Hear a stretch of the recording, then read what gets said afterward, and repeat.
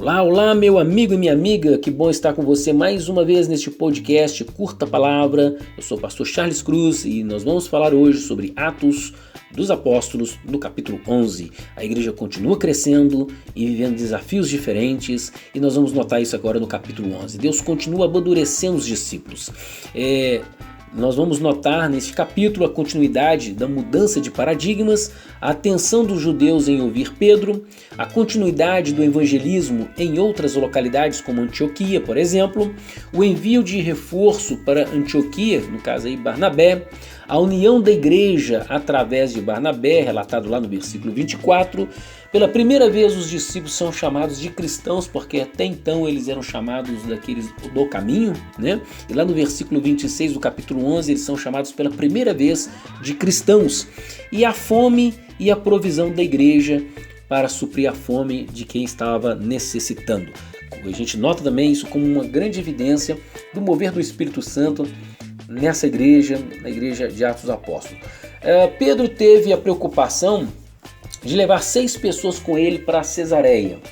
Naquele tempo era preciso 7 pessoas para comprovar um fato. Então se ele levou 6 pessoas, com ele 7 pessoas. Então ele tinha ali, não sei se foi proposital ou é uma direção do Espírito Santo, de qualquer forma houve ali uma direção do Espírito Santo, que para comprovar alguma coisa era necessário 7 pessoas. Então quando Pedro ele tinha passado lá por Cesareia e aconteceu aquela obra maravilhosa de salvação na vida de Cornélio e dos demais que estavam na casa dele, sua família, Pedro estava com mais 6 pessoas. E logo depois que acontece esse milagre, esses 6 irmãos eles estavam com Pedro, então somando a Pedro são 7 pessoas, e aí eles então vão para Antioquia. Antioquia era uma cidade com cerca de 500 mil de pessoas, 500 mil pessoas, né? Era a terceira maior cidade do Império Romano, Antioquia, porém essa cidade ficava na Síria e foi dado este nome em homenagem ao pai de Seleuco. Seleuco I, o nome do pai de Seleuco I era Antíoco. Naquela época era a única cidade com iluminação pública noturna. A sua rua principal tinha mais de 7 quilômetros, então era uma rua bem grande, né? Hoje em dia tem ruas maiores, mas para aquele tempo era uma baita de uma avenida, vamos dizer assim. Ela era calçada de mármore, ladeada de mármore, né? Então era uma cidade bonita, iluminada, era uma cidade de troca de ideias, de cultura, religiões, de costumes. Haviam muitos clubes noturnos com luxúrias, era sinônimo de imoralidade essa cidade de Antioquia. Então nós vamos notar aqui que às vezes Deus quer mudar nossos paradigmas para sermos usados por Ele. E Pedro então ele é usado por Deus para começar a quebrar alguns paradigmas. No versículo 1 do capítulo vai dizer que ouviram os apóstolos e irmãos que estavam na Judéia, que também os gentios tinham recebido a palavra de Deus, e subindo Pedro a Jerusalém, disputavam com ele os que eram da circuncisão, dizendo: entraste em casa de homens incircuncisos e comestes com eles. Mas Pedro começou a fazer-lhes uma exposição por ordem, dizendo: estando eu orando na cidade de Jope, tive um arrebatamento dos sentidos, uma visão, vi um vaso com um grande lençol que descia do céu e vinha até junto de mim. E aí ele conta essa experiência que ele teve com o Senhor, e os irmãos então ali em discussão, eles chegam então numa conclusão de que as pessoas não precisariam de circuncidar. Esses gentios, eles não precisariam de circuncidar-se, né? Eles chegam nessa conclusão e logo depois então Pedro, recebendo aí essa direção desses irmãos, ele vai para Antioquia, conforme a gente então relatou aqui concernente a essa cidade diferenciada, e vão para lá para pregar o evangelho de nosso Senhor e Salvador Jesus Cristo. Então a obra continua, quebra de paradigmas, não só na vida de Pedro, mas também na vida da igreja, de Jerusalém, daqueles irmãos de Jerusalém, que discutem a respeito desse assunto, porque algo novo estava acontecendo. Eles estavam vendo agora a descida do Espírito Santo, a salvação de pessoas também que não eram circuncidadas, e eles deixam claro ali que Deus estava também salvando pessoas que não eram judias. O Senhor veio também para os estrangeiros. Precisamos estar atentos para ouvir, prontos para ouvir, tardio para falar.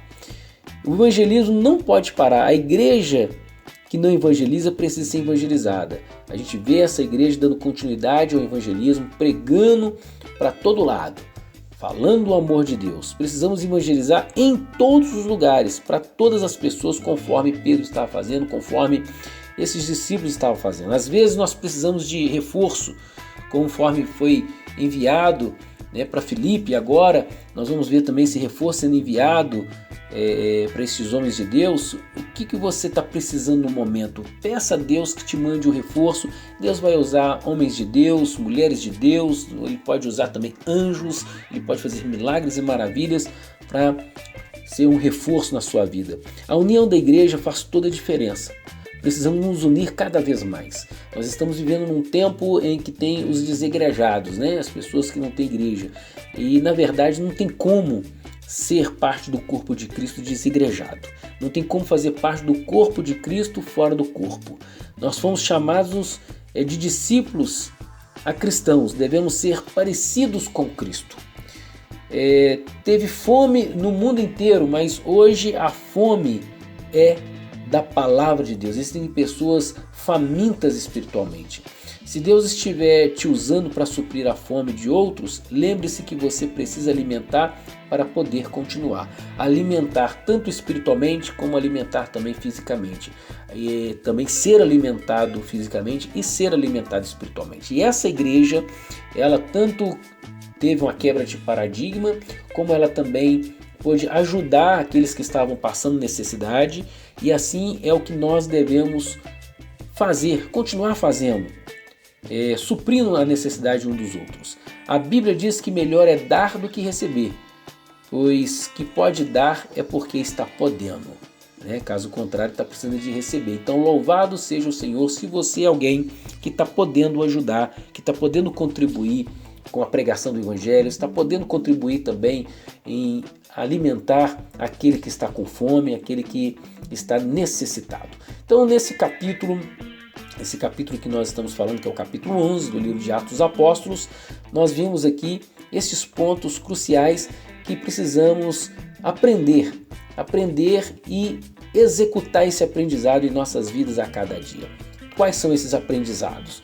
Os aprendizados são a continuidade da mudança de paradigmas, que às vezes nós ficamos muito presos aos paradigmas, a atenção em ouvir as pessoas. Você nota que os judeus eles ficaram atentos ouvindo Pedro, eles viram ali que tinha uma situação diferenciada, mas eles ficaram atentos.